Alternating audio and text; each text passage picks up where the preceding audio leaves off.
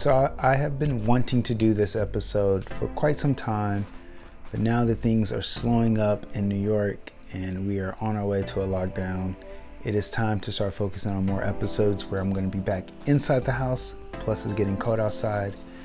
With all that said, no further ado, let's talk about the Texas Leica.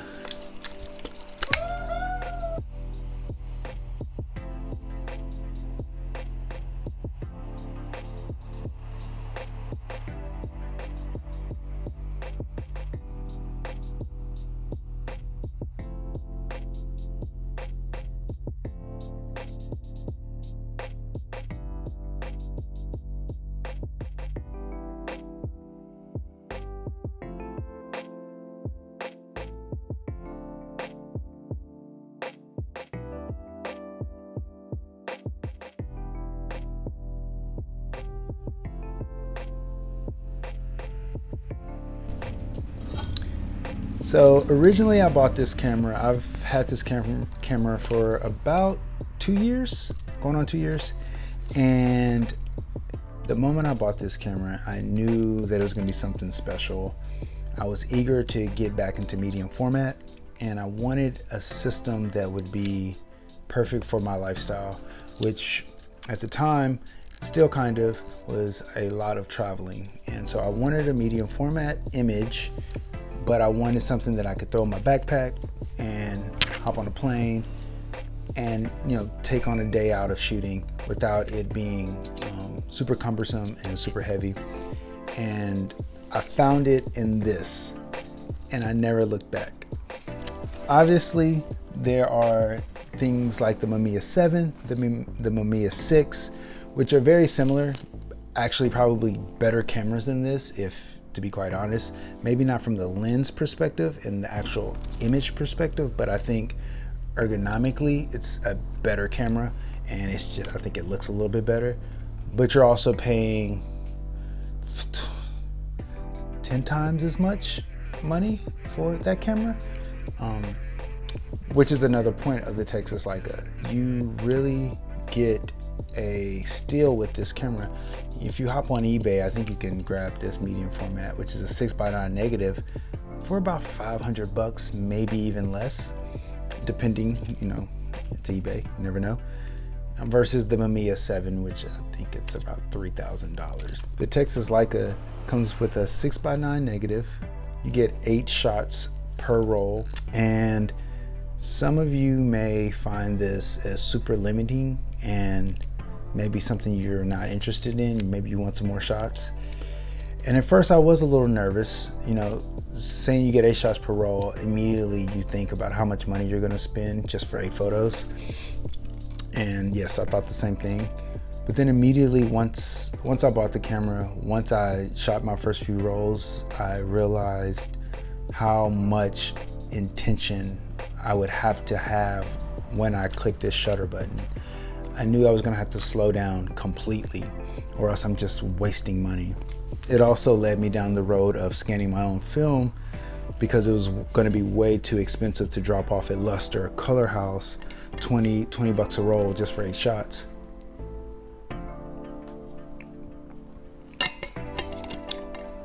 Sorry, I needed a water break. My voice is getting raspy. Anyway, so I think personally having that limitation pushed me creatively.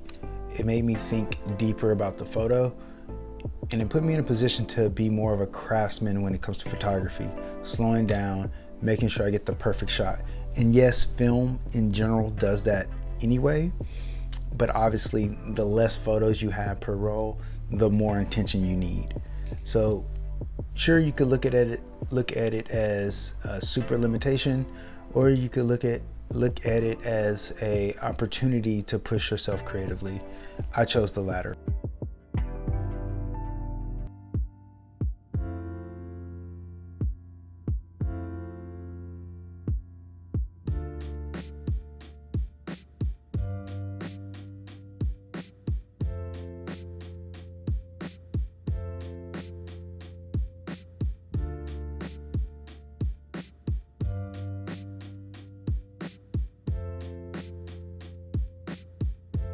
Okay, so the true highlight of this camera is the lens. The Fuji 90mm 3.5 lens on this is breathtaking. This is what sold me. Once you start to get back those negatives and you see how sharp this lens is, it's really hard to turn back. It has you hooked.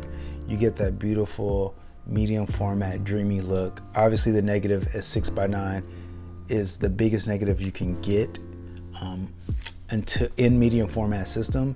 After that, you pretty much have entered into large format, which is very interesting. So you get this huge negative packed in this rangefinder system that you can throw in your backpack, throw in your back. It doesn't get heavy on you. It is a brick. It looks like a brick, and it is an eye catcher, and it's a conversation starter. People are gonna ask you questions all the time with this camera. It strikes up a nice conversation with baristas at coffee shops, I have noticed. But it's not heavy, and it's nice. The lens is, like I said, the lens is incredibly sharp. It's fixed, so that's one thing to keep in mind as well when it comes to the limitations component of this camera, right? So again, you get 8 shots, and then you also have a fixed lens. The 90mm lens is about equivalent of, they say, 40mm. So you're looking at about 40mm focal length. Yeah, let me show you guys some more of the photos with how this lens handles something like portraits.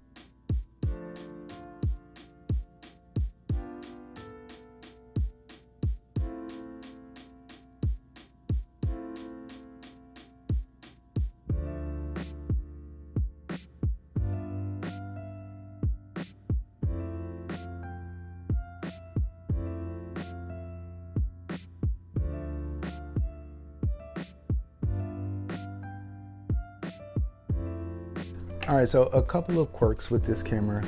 One is there's actually no bulb mode. They have this T mode, and this is kind of where you get your long exposure game going.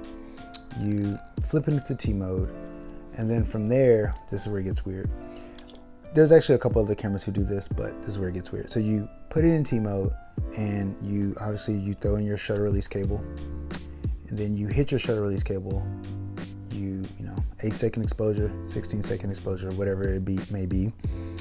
Once you've reached your time, you take like a hat or maybe like a shirt, whatever. A hat though, I would recommend, and you cover the lens to make sure that you block out all the light. Once you cover the lens, then you actually move your shutter, and then that is how you actually advance your roll of film.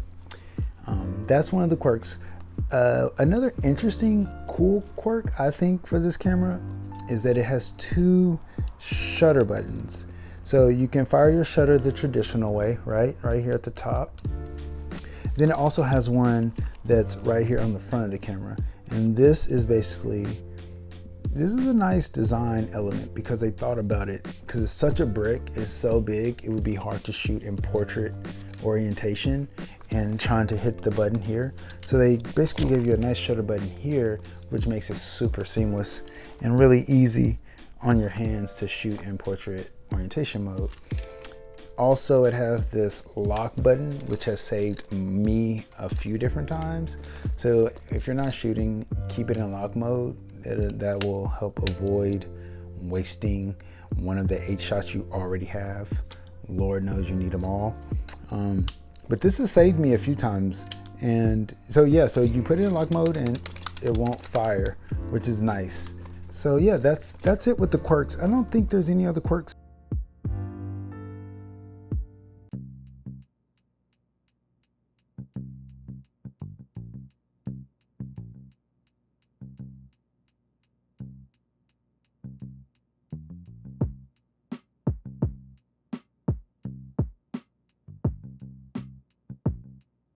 So just to wrap things up, I just wanted to talk a little bit about who this camera may be for.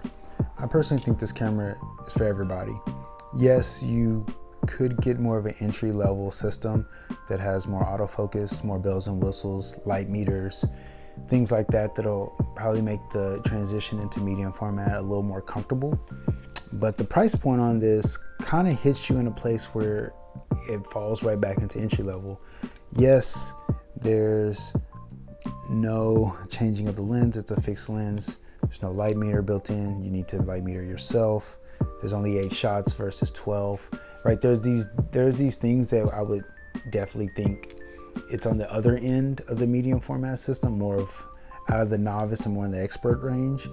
But I think ultimately it's lightweight. It's not super lightweight. Let me not say lightweight. I don't want to lie to you guys, but it's still not heavy, right? I think that's important. It's still nice to have throughout the day. You're not annoyed by it if you take it out for the day. That ability plus the price plus the beautiful images, I think makes it a camera that's for everybody. So yeah, that's it. Lastly, when I see reviews on YouTube, I personally always have gravitated towards the ones that show me a lot of images, that shows me what the camera is about versus just specs and versus like that person's opinion. Granted, it may be an opinion that I value, but I personally can make my own opinion, and I would prefer to see photos. So I'm gonna leave you guys with some more photos, and I will be doing a Q&A pretty soon. So if there's any questions you guys have for me, hit me up on the gram or hit me up in the comments below. I'll save them and I'll make sure I get that happening. I'll be doing a couple cool episodes coming up in these next few weeks. I'll be doing something with Ari pretty soon, and I'll be doing a couple episodes with Daniel, of course. And yeah, so I'll see you guys next week. Hope you guys enjoyed this episode. Peace.